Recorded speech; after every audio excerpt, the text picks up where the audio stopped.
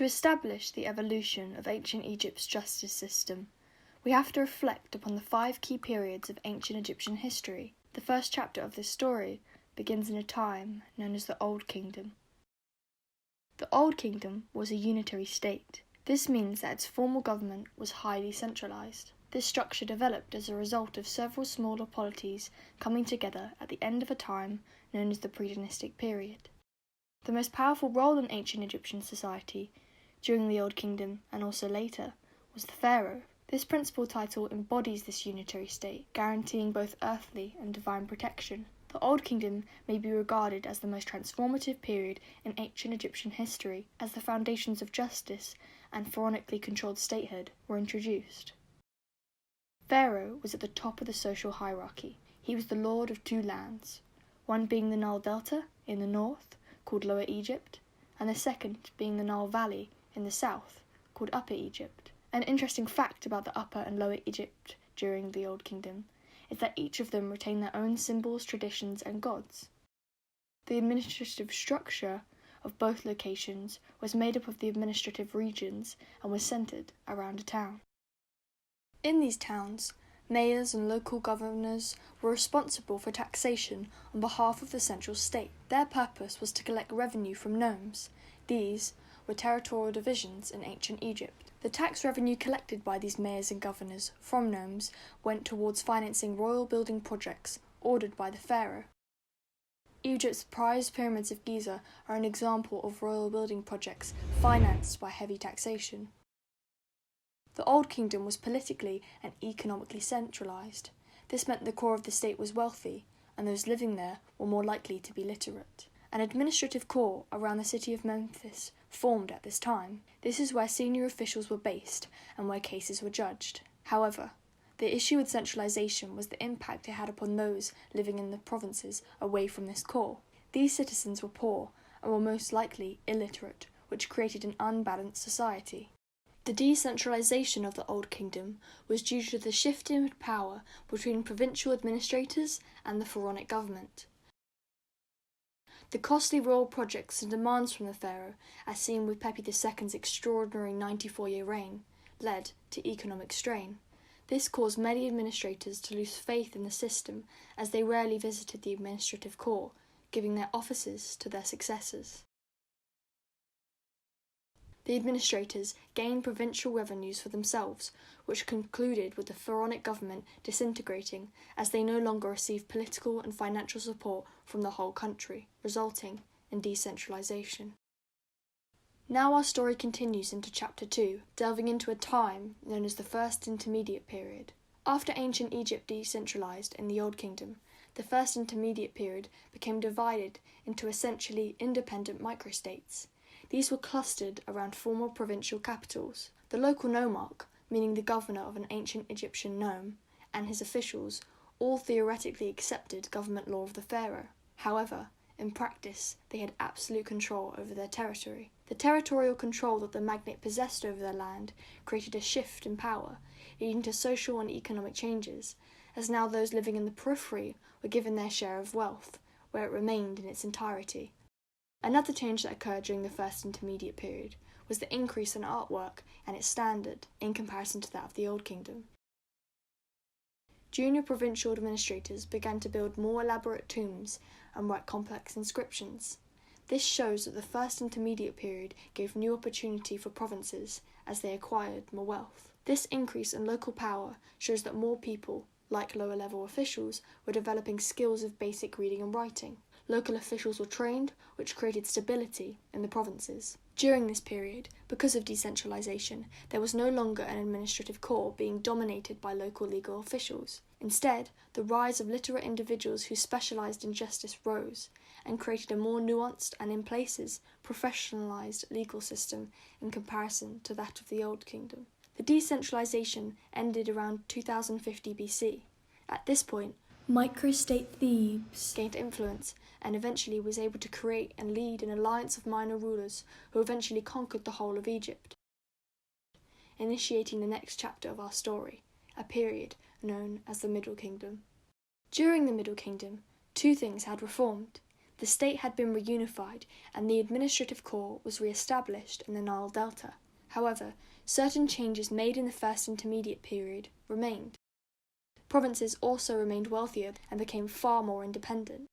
The Middle Kingdom, being centralised, allowed the inequalities between the core of the state and the periphery to decrease massively since the Old Kingdom.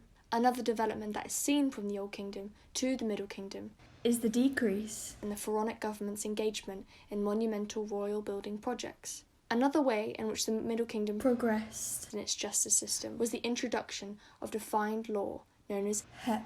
This gave judicial officials the opportunity to now be able to look up how certain cases should be handled before they reached a definitive decision. We will discuss this law in more detail later on in the film. There's also evidence to show that during this time, literature may have progressed further. The next period in our story is known as the Second Intermediate Period. Ancient Egypt was transformed at this time, as the foreign interactions that occurred led to many changes in its justice system. The Semitic people from Palestine, Jordan, Lebanon, and Israel, collectively known as the Hyksos, invaded ancient Egypt.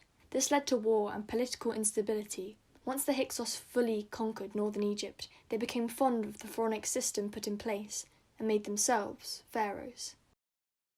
The Hyksos strongly favoured codification, which is the process of arranging laws according to a system of action and consequence.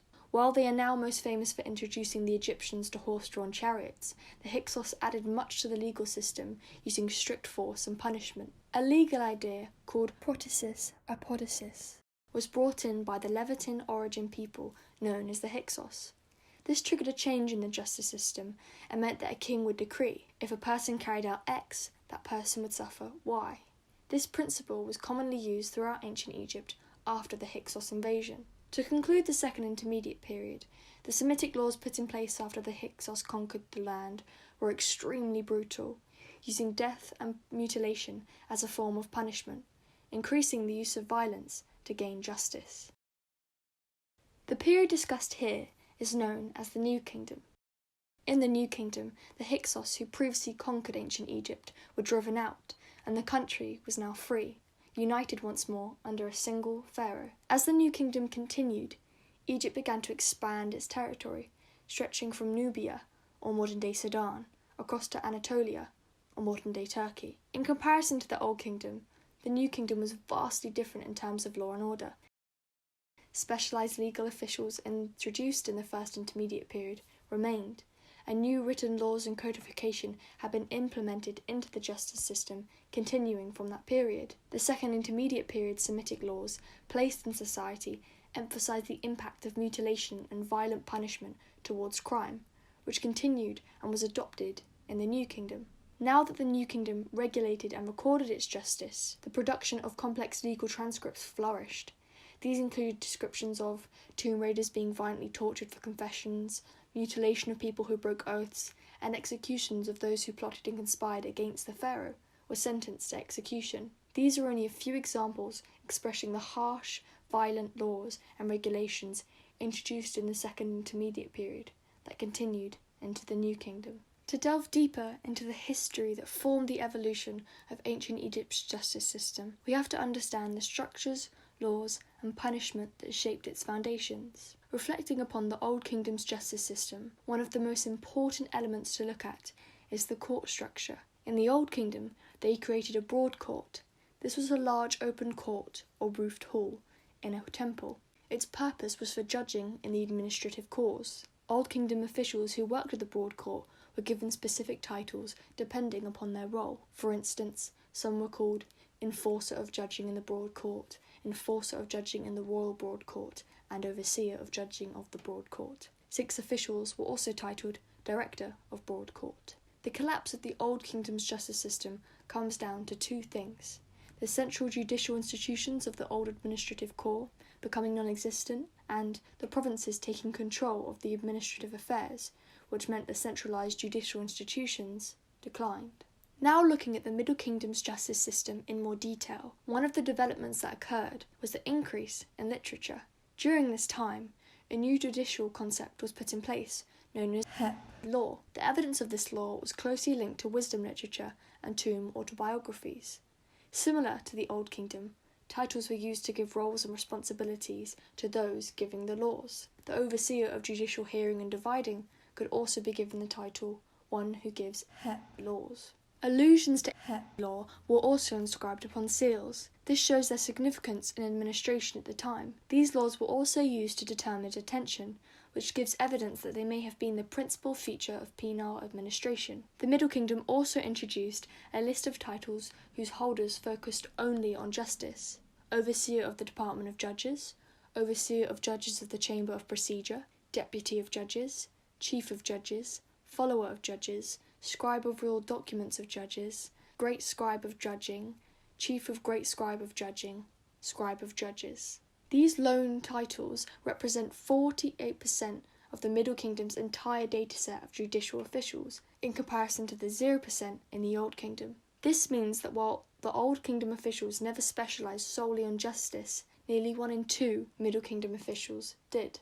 Reflecting upon the First Intermediate Period and its impact on the Middle Kingdom, we witness how the fragmentation and decentralisation impacted the periphery legal authority in the periphery, as it became taken over by local legal practitioners. This meant that literature, training and scribalism increased as the resources to the periphery grew.